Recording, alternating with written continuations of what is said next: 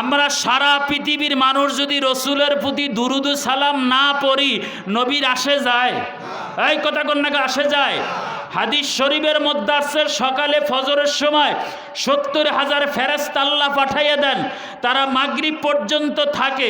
মাগরিবের 70,000 কিয়ামত পর্যন্ত কোটি কোটি ফেরেশতা আল্লাহর বন্ধুর তাজিমের জন্য আল্লাহ বানাইয়া রাখছে।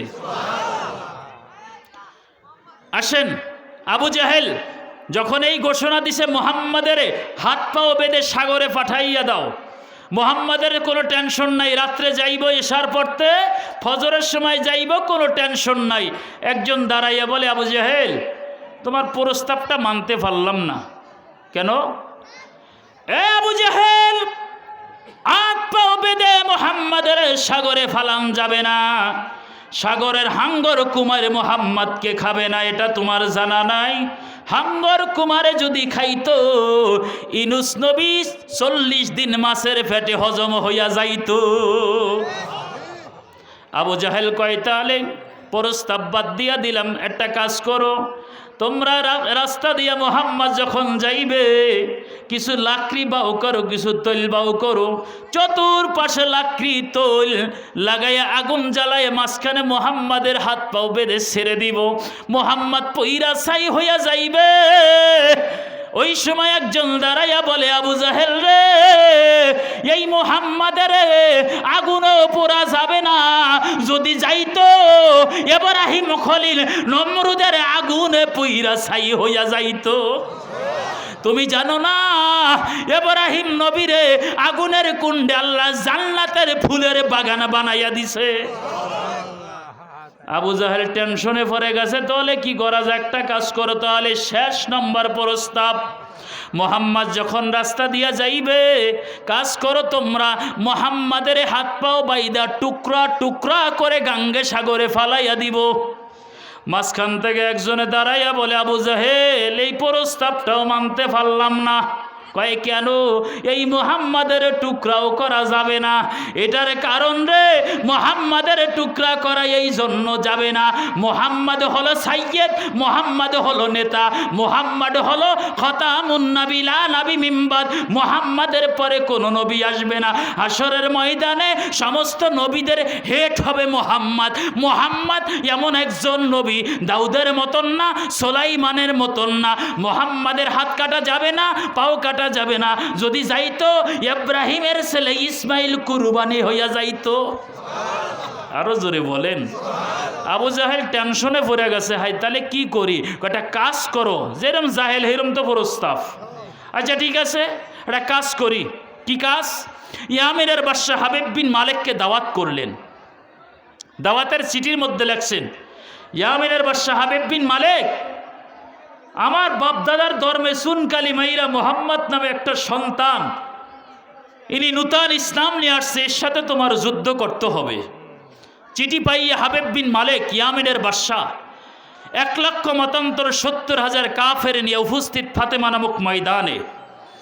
তারিকুল খোলাফায়ে জালালউদ্দিন সুয়ুতি লেখেন, 1,00,000 কাফের নিয়ে ফাতেমা নামক ময়দানে বসলেন।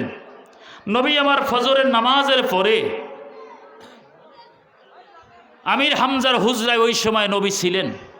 ফজরের নামাজের পরে নবীজি আমার কোরআন তেলাওয়াত করলেন। কোরআন তেলাওয়াতের পরে নবী আমার শুকনা খেজুর বা রুটি খাইতেস। এই সময় কাফের বেঈমান নবীর দরজার ভিতরে খটখট আওয়াজ দিলেন, হে মুহাম্মদ। যখন বারবার ডাক দিছে, নবী আস্তে করে দরজাটা খুলে দিলেন। জোরে কোন সুবহানাল্লাহ। আমার নবীজি যখন দরজা খুলে দিলেন, কাফের বেঈমান ডাক দিয়া বলে, মুহাম্মদ লুকানের চেষ্টা করিও না, পালানের চেষ্টা করিও না। হে মুহাম্মদ, ফাতেমা নামক ময়দানে তোমার যাইতে হবে। হুজুর মোস্তফা বলে, আমি মুহাম্মদ দুনিয়ার কোনো মানুষকে ভয় পাই না, আমি মুহাম্মদ ওই মুহাম্মদ যেখানে আবু জাহেলের মতন বেঈমান থাকে, ওখানে মুহাম্মদ বীরের মতন যায়। আরো জোরে বলেন। আমার নবীজি যখন ঘর থেকে বের হবে, আমির হামজার স্ত্রী ডাক দিয়া বলে, বাবা মুহাম্মদ রে, ও বাবা মুহাম্মদ, তুমি কোথায় যাইতে আসো রে বাবা? তোমার যে মা দুনিয়ায় নাই। ও বাবা, তোমার যে বাবা দুনিয়ায় নাই। নবী আমার চোখের পানি ছেড়ে দিলেন। নবী আমার বলে, মাগো তুমি কেঁদেও না গো মা, আমার আল্লাহ হলো রব্বুল আলামিন, আমি নবী হলাম মাগো হারিসুন আলাইকুম বিল মুমিনিনা রউফুর রহিম। জোরে কোন সুবহানাল্লাহ। আব্দুল মুতাল্লিব ডাক দিয়া বলে, জমিনের মানুষ রে, আমার নাতি মুহাম্মদ যখন বাবার কবর জিয়ারত করতে গেল, বাবার কবর জিয়ারত করতে যাইয়া যখন মারে হারাইল, যখন মুহাম্মদ রে আমি রাত্রে গভীরে ঘুমাইতাম, হে দুনিয়ার মানুষ রে, রাত্র যখন গভীর হইয়া যাইত, আমার নাতি মুহাম্মদ রাত্র যখন গভীর হইয়া যাইত, রাত যখন 2টা 3টা বাজত, আমার নাতি মুহাম্মদ আমারে মা মা কইরা জড়াইয়া ধরত। আমি বলতাম, দাদা রে, আমি তোমার মা নই, আমি তোমার দাদা আব্দুল মুতাল্লিব।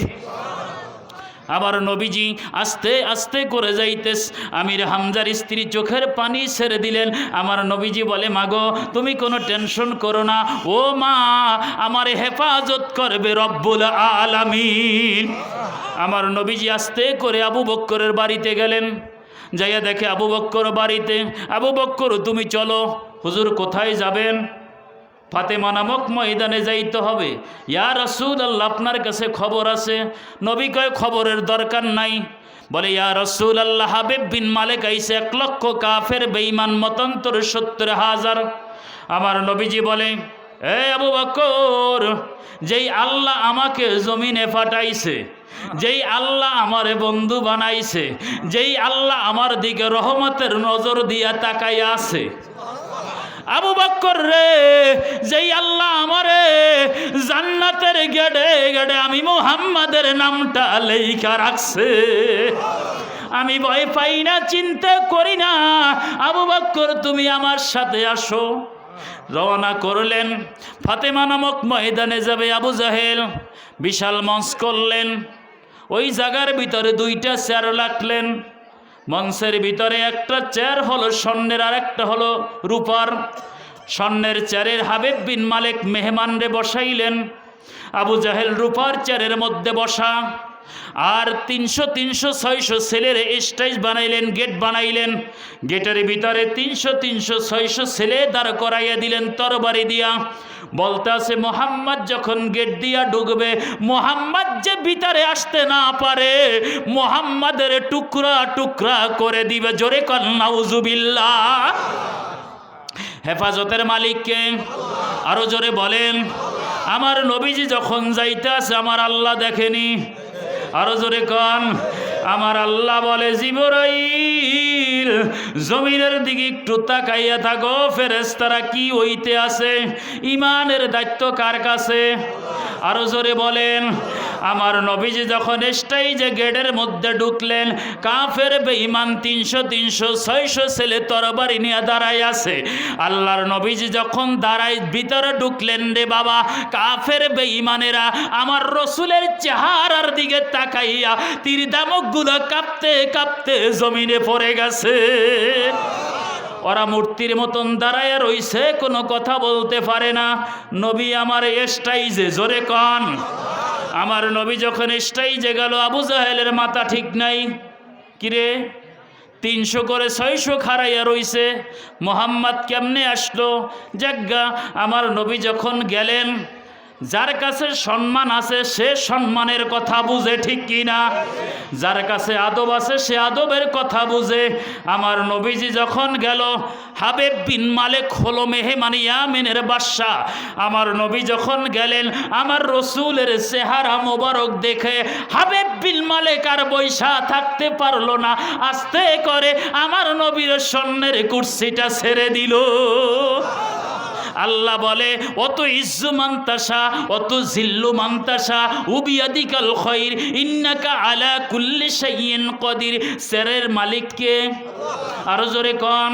এই সের থেকে নামানের মালিককে, আবার বসানের মালিককে। হাবিব বিন মালিক নবীর স্বর্ণের কুরসিটা ছেড়ে দিল। দেওয়ার পরে আবু জাহেল গিরিস্ত মেহমান রাইখা সেরে বৈশা থাকতে পারে না, পারেনি। আচ্ছা, আমার মেহমান আইনা বাড়িওয়ালায় যদি স্যারে থাকে, পাবলিক কবে না বেয়াদব? এই কথা কন না কা? আবু জাহেল টেনশনে পড়ে গেল, আমি আনলাম হাবিব বিন মালিককে রে, ও মুহাম্মাদের স্যারে বসাইছে। আস্তে করে চেয়ারটা ছেড়ে দিলেন, রূপার সের। হাবিব বিন মালিক বসলেন।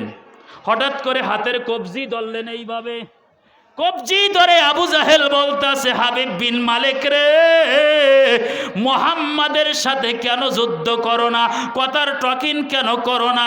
হাবিব বিন মালিক ডাক দিয়া বলে, আবু জাহেল, একটা মানুষের সরাসরি আঘাত করা যায় না, একটু ধৈর্য ধারণ করো, আমি মুহাম্মাদের সাথে পরস্পরের জড়াজড়ি হবে। জোরে কন, আরো জোরে বলেন, নারায়ে তাকবীর, নারায়ে তাকবীর।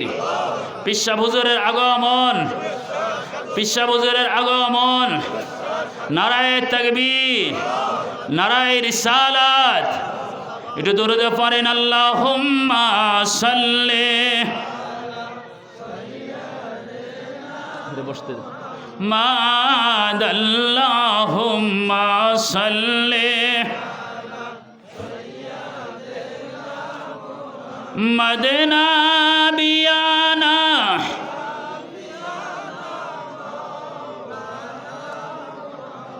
বাবা আমি আর আপনাকে কষ্ট দেব না, হুজুর আইসা পড়ছে, তা আমি 5 মিনিটের মধ্যে শেষ করে দিব ইনশাআল্লাহ। আবু জাহেল হাবিব বিন মালিককে জিজ্ঞাসা করেন, আচ্ছা তোমারে আনছি মুহাম্মাদের সাথে যুদ্ধ করার জন্য, তুমি মুহাম্মাদের চেয়ারে বসাইছো কেন, কথা বলো না কেন? হাবিব বিন মালিক বলে, আবু জাহেল, একটা মানুষের সরাসরি প্রশ্ন করা যায় না।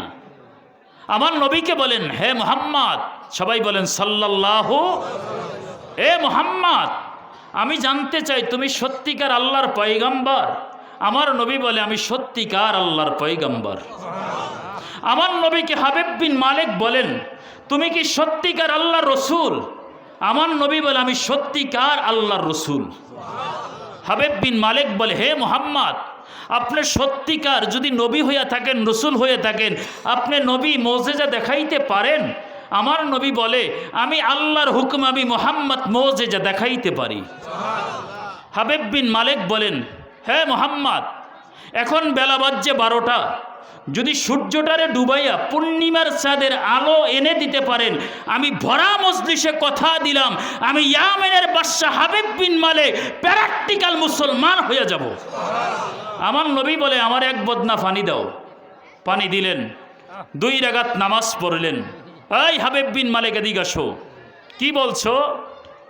এখন বেলা 12টা বাজছে, সূর্যটারে ডুবাইয়া পূর্ণিমার চাঁদ যদি এনে দিতে পারেন, কলমা পড়ে মুসলমান। আমার নবী বলে, ইয়া আইয়ুহাশ শামসি জিবিবি আমরিল্লাহ, সূর্য আল্লাহর হুকুমে অস্তমিত হইয়া যায়, সাথে সাথে অস্তমিত হইয়া গেছে। আমার নবী আসমানের দিকে তাকাইয়া বলে, ইয়া আইয়ুহাল কামার তাল উলা, পূর্ণিমার চাঁদ যেখানে থাকো না কেন, আমি মস্তবার সামনে আলো দেওয়া শুরু করো। এই অবস্থা যখন বলছেন, এই অবস্থাটা যখন হলেন, হাবিব বিন মালিক, আবু জাহেল টেনশনে পড়ে গেল। হাবিব বিন মালিকের গুতা মারছে, ও হাবিব বিন মালিক, আমি না বলছি মুহাম্মদ জাদুকার? দমাক মারে বলছে, সাবধান বেঈমান, মুহাম্মদ জাদুকার না, জাদু আসমান পর্যন্ত যাইতে পারে না, এটা সত্যিকার আল্লাহর পয়গম্বর। আরো জোরে বলেন, আমার রসুলকে ভালোবাসবেন, রসুলের মহব্বত রাখবেন। একটা কথা মনে রাখবেন, আপনি রসুলের সিরাত সুরাত অনুযায়ী কবরে যাবেন, কবরে আপনার রসুল সাপোর্ট করবে। হাসরের ময়দানে যাবেন, রসুল আপনাকে চিনবে। রসুলের সাথে গাদ্দারগিরি করবেন, নামাজ পড়বেন না, রোজা রাখবেন না, হজ জাকাত করবেন না, হালাল হারাম বাইসা খাবেন না, যা মনে ধরে তা করবেন। একটা কথা লাস্টে বলে দেই মিয়া, আমাদের অবস্থা কুত্তার অবস্থা এক। কেন? কুত্তাও জেনাবে মিলামেশা করে, জৈবনের তাড়না আছে, আসেনি? আমরা কিছু মানুষ তো কুত্তার চরিত্র লইয়া থাকি, নাম দিছি মুসলমান, সমাজে নাম লেখাই, আমি মইরা গেলে আমারে কবরে না জানাজা দিব না, এই জন্য নামাজও পড়ে না, রোজাও রাখে না, জুমায়ও যায় না, ঈদও যায় না, আসেনি? এই কথা কন না কা? রাসূলুল্লাহ বলছেন মুসলমান হয়ে আসো, আল্লাহ নিজে বলে মুসলমান হয়ে আসো। আরে মুসলমান কি? আমাকে 3টা চরিত্র আমরা তাফসির গেটে দেখি, হাদিস গেটে দেখি। কুত্তার যে চরিত্র, আমাকে চরিত্রে এক, রসুলের চরিত্রের সাথে আমাদের নাই। কেন? কুত্তারও জৈবন আছে, মানুষেরও জৈবন আছে। কুত্তাও খাওয়ার জন্য পাগল, আমরাও পাগল। কুত্তাও গোসলের জন্য পাগল, আমরাও পাগল। এই তিনটা ছাড়া দেখেন আপনি মিলান মিয়া, নামাজ নাই, রোজা নাই, হালাল নাই, হারাম নাই, মুসলমান দাবি করে। কি আপনি মুসলমান? আমি পরিষ্কার কথা বলে দেই, আমি আপনাদের হাতে পায়ে ধরে বলি 5 ওয়াক্ত নামাজ পড়বেন, হালাল হারাম বাইসা খাবেন। আলেম ওলামাদের কাছে কিছু না বুঝলে তাদের কাছে যাইবেন। আলেম ওলামা আপনাদেরকে বুঝাইয়া দিতে বাধ্য, কেন? তাদের উপর রসুল বোঝা দিয়া গেছেন। আপনারা ওলিদের কথা শুনবেন। হুজুর আসছেন, আমি আর সামনে যাব না।